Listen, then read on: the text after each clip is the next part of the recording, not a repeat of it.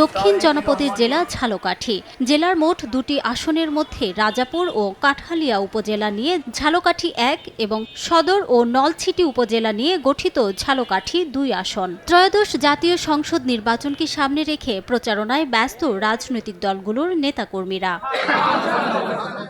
প্রচারণার মাঠে সবচেয়ে সরব বিএনপি, জামাত এবং ইসলামী আন্দোলন বাংলাদেশের কর্মী সমর্থকরা। চলছে গণসংযোগ, উঠান বৈঠক, শোডাউন সহ নানা রকম প্রচারণা। দীর্ঘদিন ধরে বিএনপির দুর্গ হিসেবে পরিচিত ঝালকাঠির দুটি আসনেই এবার দখল চায় জামাতে ইসলামী। অন্যদিকে এ অঞ্চলের কর্মী সমর্থক থাকায় বেশ শক্তভাবেই নির্বাচনের মাঠে নেমেছেন হাত পাখার প্রার্থীরাও। আমি সন্ত্রাস, নৈরাজ্য, অরাজকতা, চাঁদাবাজি সব ইনশাল্লাহ বন্ধ করবো।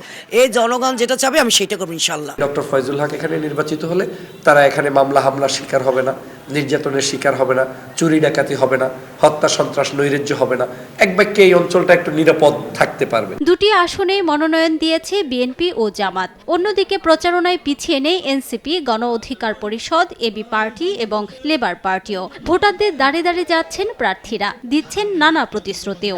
জনগণ আমাকে আশ্বস্ত করতেছেন ইনশাআল্লাহ যদি ওইরকম সুস্থ নিরপেক্ষ নির্বাচন হয় তাহলে আমি আশাবাদী ইনশাআল্লাহ আল্লাহ আমাকে কবুল করবেন। নলছিটি এবং ঝালকাঠি দুই জায়গাতেই আমি ইনশাআল্লাহ বিপুল ব্যবধানেই আমি বিজয়ী হব। শতভাগ আশাবাদী মানুষ নতুন কিছু চায়, বিগত দিনের সেই পরিস্থিতি আর দেখতে চায় না। এদিকে ভোটাররা চাইছেন শান্তিপূর্ণ নির্বাচনী পরিবেশ। শতযোগ্য প্রার্থীকে আমরা ভোট দেব। আমার ভোট আমি দেবো, যাকে খুশি তাকে দেবো। সুষ্ঠু এবং অবাধ একটা নির্বাচন চাই, সন্ত্রাস মুক্ত একটা নির্বাচন চাই।